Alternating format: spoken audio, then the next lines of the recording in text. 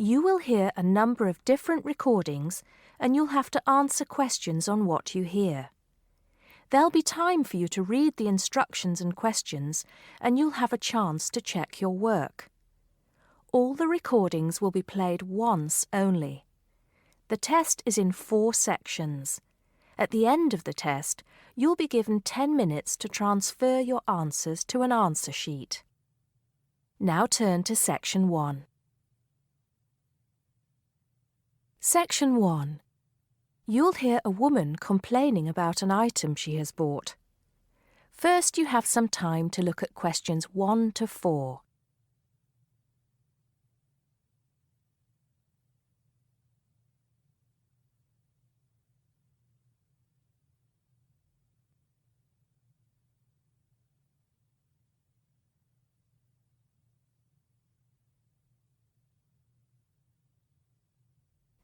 Listen carefully and answer questions 1 to 4. Smart Electricals, Mike speaking. How may I help you today? Good morning. I'm calling to complain about an item I recently purchased from your company. I'm not happy with it. Oh, I'm really sorry to hear that. I'll take you through the company's complaints procedure. I'll need to retrieve your files from our records so that we can discuss the problem properly and find a solution. I'll need to take some details from you first. Is that okay? Okay, but I don't have a lot of time. Will it take long? Not long, madam. Can I first take your name? Yes, it's Susan Yorke, Yorke. Okay. Can I have the address, please? Yes, it's Flat 1, 25 Alpine Avenue.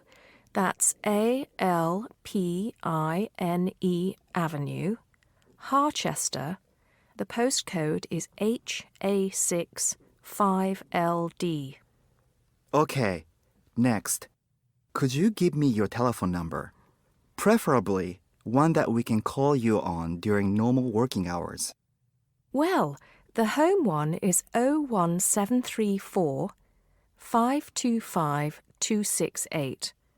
But you're only likely to catch me on that number in the evenings. I usually have my mobile phone with me during the day, though. It's probably best to take that number then. All right. My mobile number is 0781 233 452. And do you have the order reference number on you, by any chance? Well, I have the receipt that the camera came with in front of me. Ah, good. Which number is it? It's a bit confusing. It should be the 7-digit number on the top left corner of your invoice. Let me have a look. I need my glasses. Found it. It's DMX8443. Thanks. Now, when did you purchase the item? Well, the camera was delivered last Monday, on the 1st of February. I ordered it online about 2 weeks before that, but I can't remember the exact date. If you have another look on the invoice receipt, the date should be there. Oh, yes. Here it is.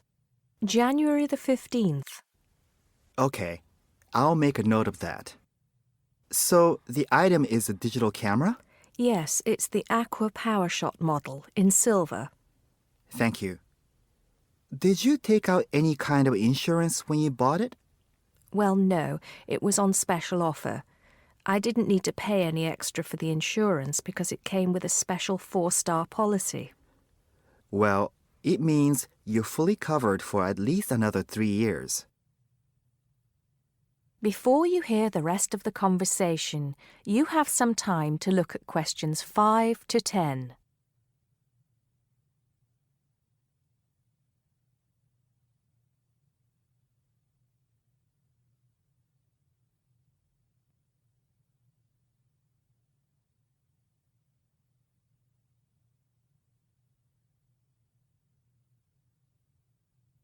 Now listen and answer questions 5 to 10. Right. What is the problem? Yes, the first thing is that it came with 1 memory card in the box when there were supposed to be 2.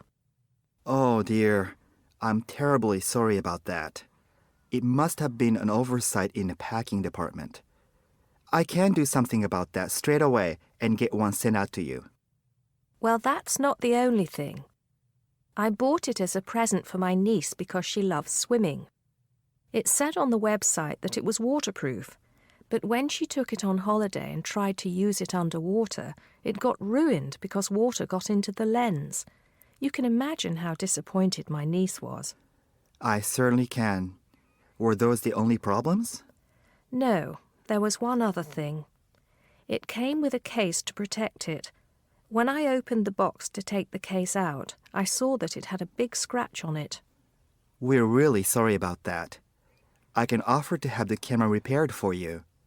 In the event that it can't be repaired, we'll send you a replacement. I don't think so. Seeing as it was faulty in the first place, I wouldn't want another one. I think I'd rather have my money back. Can I get a refund? Yes, of course. If you send it back to customer services, I'll make sure it's dealt with. Thank you very much. That is the end of section 1. You now have half a minute to check your answers.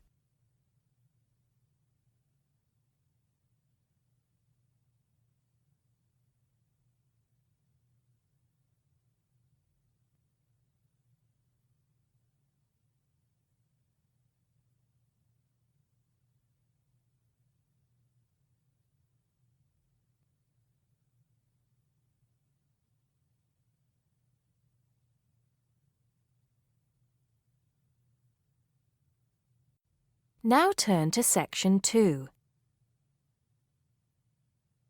Section 2. You'll hear a tour guide talking to a group of visitors about Bestley Castle. First, you have some time to look at questions 11 to 15.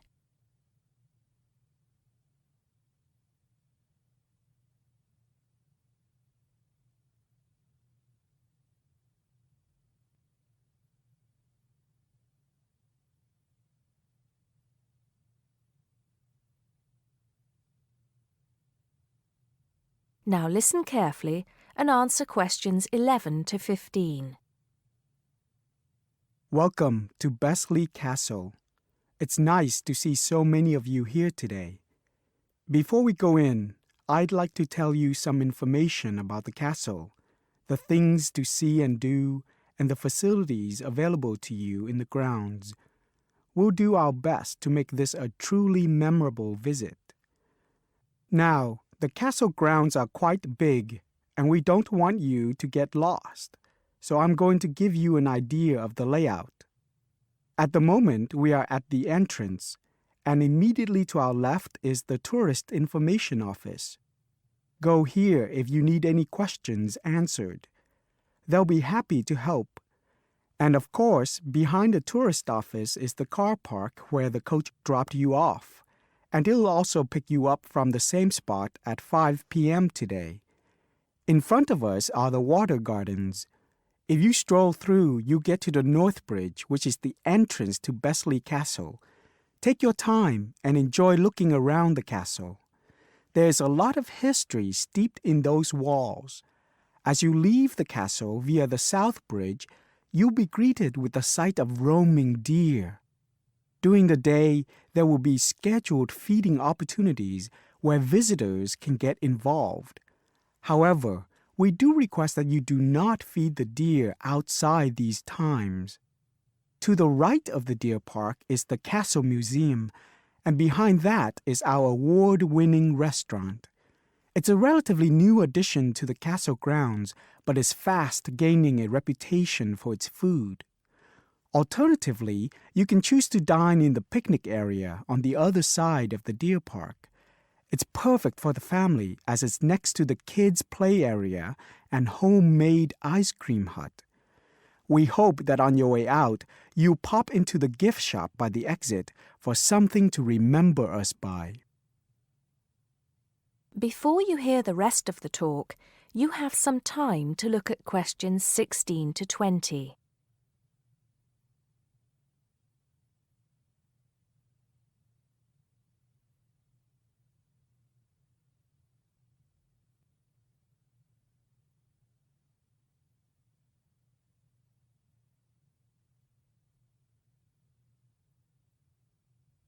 Now listen and answer questions 16 to 20. Admission to the grounds is free for all. That includes the museum, gardens, and picnic area. There is an admission fee for the castle, which is £6.50 for adults, with a 10% discount for students and retired people. Children under the age of 16 pay half adult price, and under 8 go in free. There are many spectacular events throughout the year, and for most of them, there's also an admission fee. As these events are in high demand, it's a good idea to book well in advance. Some of the exciting events planned for this year are the Summer Medieval Festival, where you can watch old-fashioned knights and experience a feast in the halls of the castle, as if you were a guest of King Henry VIII himself. There are several concerts planned this year too, including a rock concert at an admission price of £10 per person and a special jazz concert which is free to the public. I'm sure you'll agree that all tastes and ages will be satisfied. One scary but extremely popular event is the annual Haunted Castle event at the end of October, where the castle comes alive at night. Why don't you come along if you're brave enough? Another sight to see is the fantastic firework display on November 5th, and the cost of that includes refreshments. We also have a long tradition of raising money for charity. The charity event held every year on the first day of May will this year be an archery contest. Entrance is free, but donations are certainly welcome. This year, we'll be collecting money on behalf of a charity for elderly people, Age Concern. Just in case you can't remember all of that, you can pick up a leaflet showing the timetable and prices for all events from the Tourist Information Desk. You can also go online to get this information from our website. That is the end of Section 2. You now have half a minute to check your answers.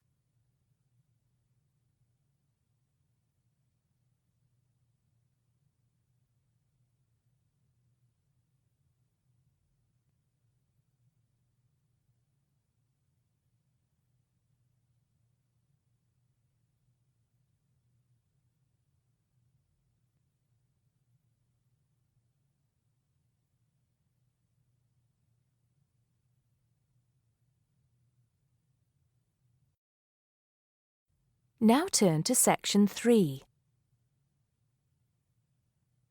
Section 3. You'll hear 3 university students talking about a presentation which one of them has to give. First, you have some time to look at questions 21 to 24.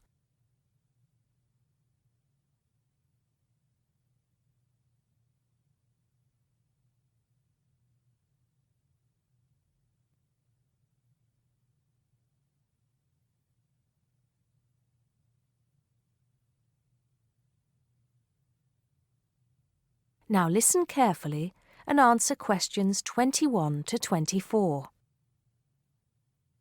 Hi, Joe. Hi, Isabel.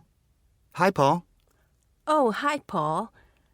I've heard you've been stressing out about your presentation on art. I am.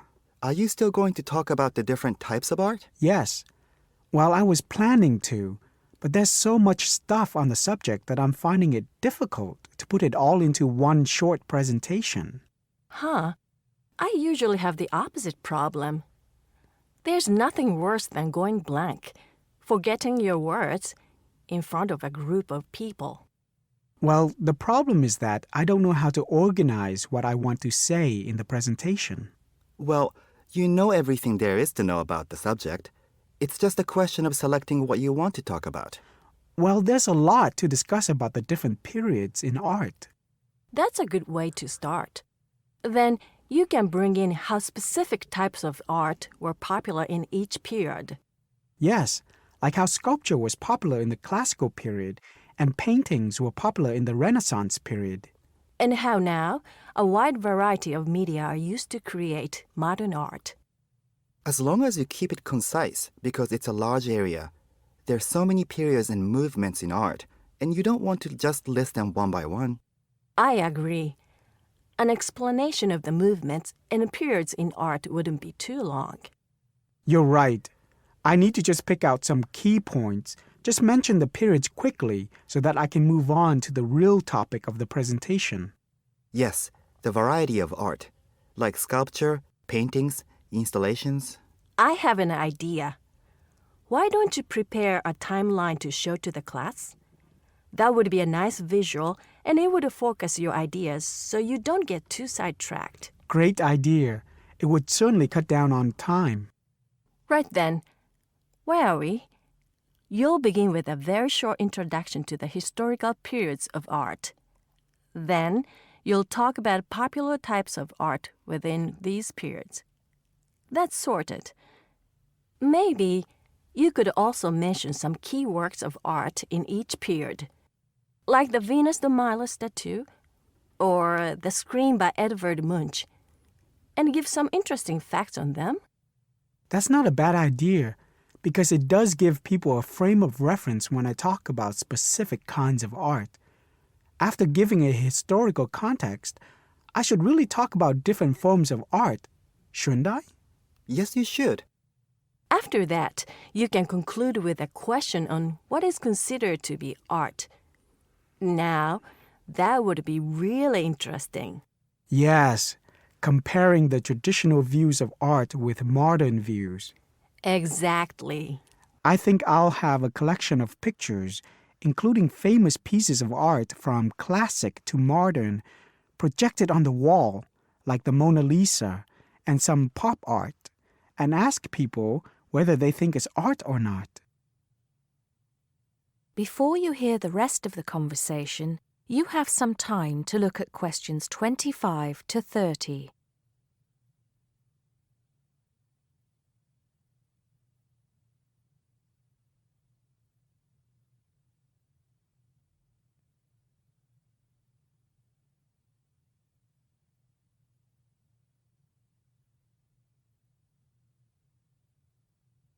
Now listen and answer questions 25 to 30. Showing some famous works and asking people what art is would certainly lead to discussion in the room. People's appreciation of art is so subjective, and it comes down to taste. That's what I'm hoping for, some disagreement to liven up the presentation.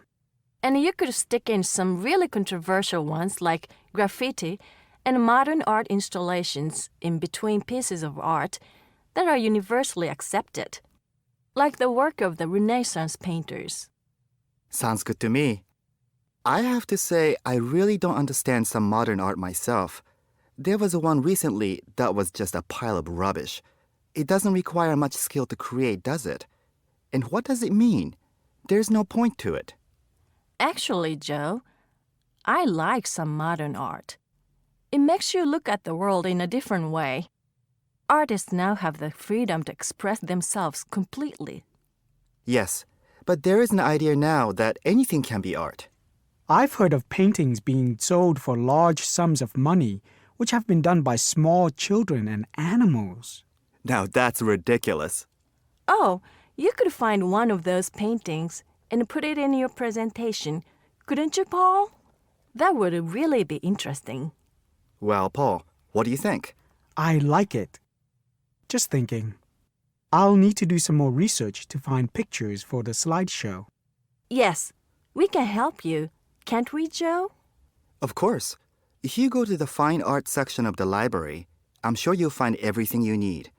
Just ask the staff and they'll give you access to a slide bank of hundreds of famous works of art. And if you still can't find what you're looking for, use the library computers to go online. There are lots of images on the internet. Of course, you'll need to use a search engine like Google, but it's dead easy. Thanks, guys. I'm feeling much clearer about the project. Your ideas have been really useful. I think I should end with a quote of some kind by a famous artist. What do you think? That's a good idea. Now let's go to the library and see what they have. That is the end of section 3. You now have half a minute to check your answers.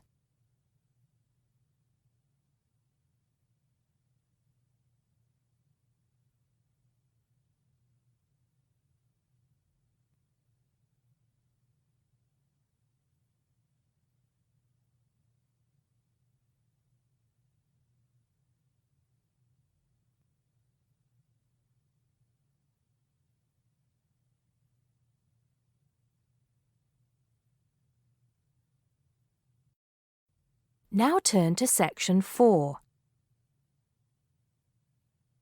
Section 4. You'll hear a lecturer talking to students about languages. First, you have some time to look at questions 31 to 36.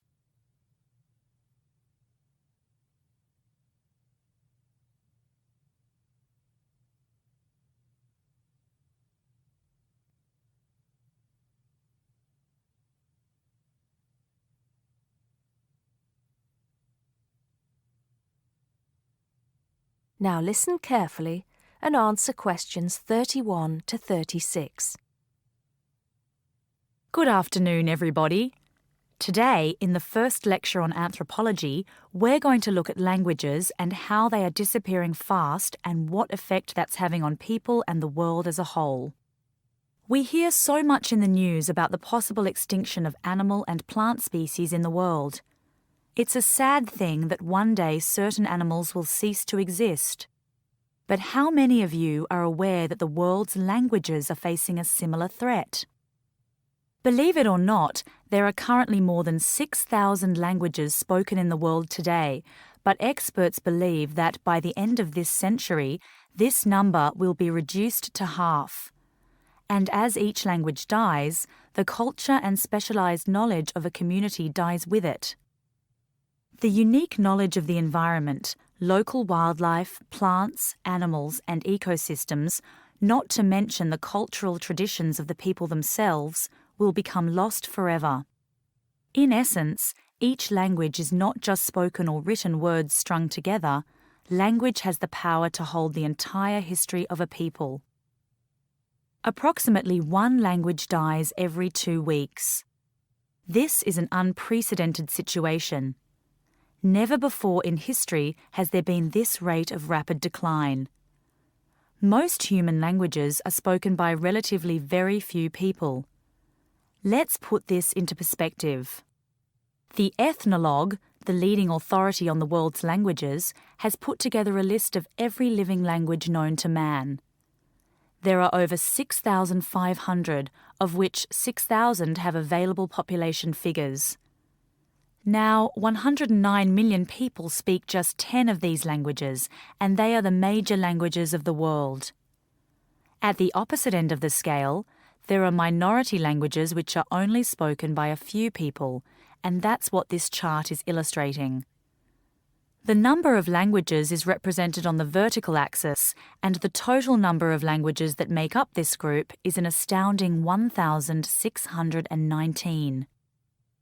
For each of these smaller language groups, the population range of speakers goes from 1 to 999. Even more incredible is the fact that out of these small languages, over 200 of them have a speaker population ranging from just 1 to 9. Imagine only 9 people speaking your language in the whole world, or even only 1 or 2 people. Now, let's think geographically. In total, there are 516 languages that are nearly extinct, where only a few members of the older generation survive. When they die, the language will die with them, lost forever. The majority of nearly extinct languages come from the Pacific and the Americas, making up 74%, followed by Asia at 15%. Europe has the smallest percentage of languages that are nearly extinct, only 2%. Before you hear the rest of the talk, you have some time to look at questions 37 to 40.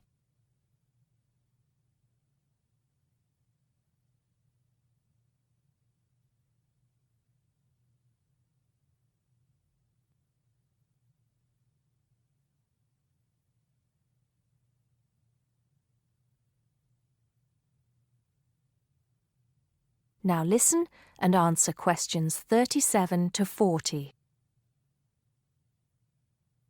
Entire languages which have survived for centuries are disappearing as we speak. But why is this happening now? There are several reasons for a language's demise. Globalization has made the world smaller, and technology has made it easier for people separated by vast distances to communicate in a common language, which further ensures the growth in economic status for such communities. Minority languages have given way to the main languages of global communication, like English. On a social level, speakers may feel the minority language to be old-fashioned and behind the times. Maybe even speakers are slightly embarrassed to speak the language of their forefathers, identifying more with an international language that brings with it improved economic status. Now, some do argue that a reduction in the number of world languages is inevitable, and anything to ease communication between nations is a good thing, and granted, there is a point to be made there, but what are the long-term implications of this? Consider this.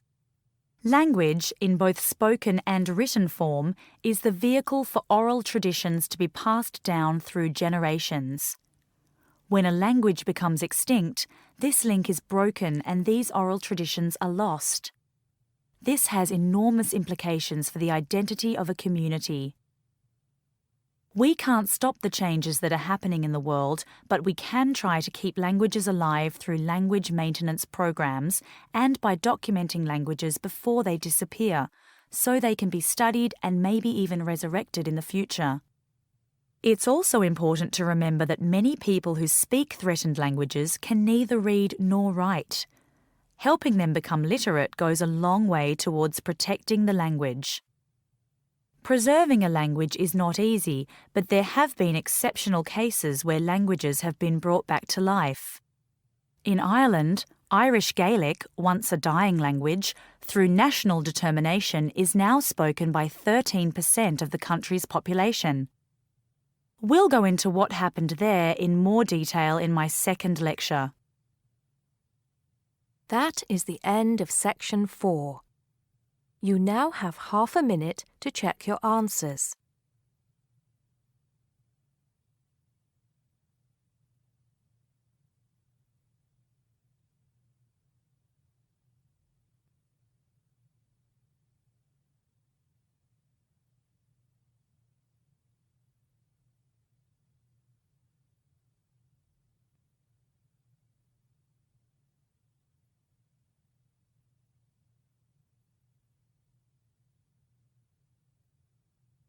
That is the end of the listening test. You now have 10 minutes to transfer your answers to the listening answer sheet.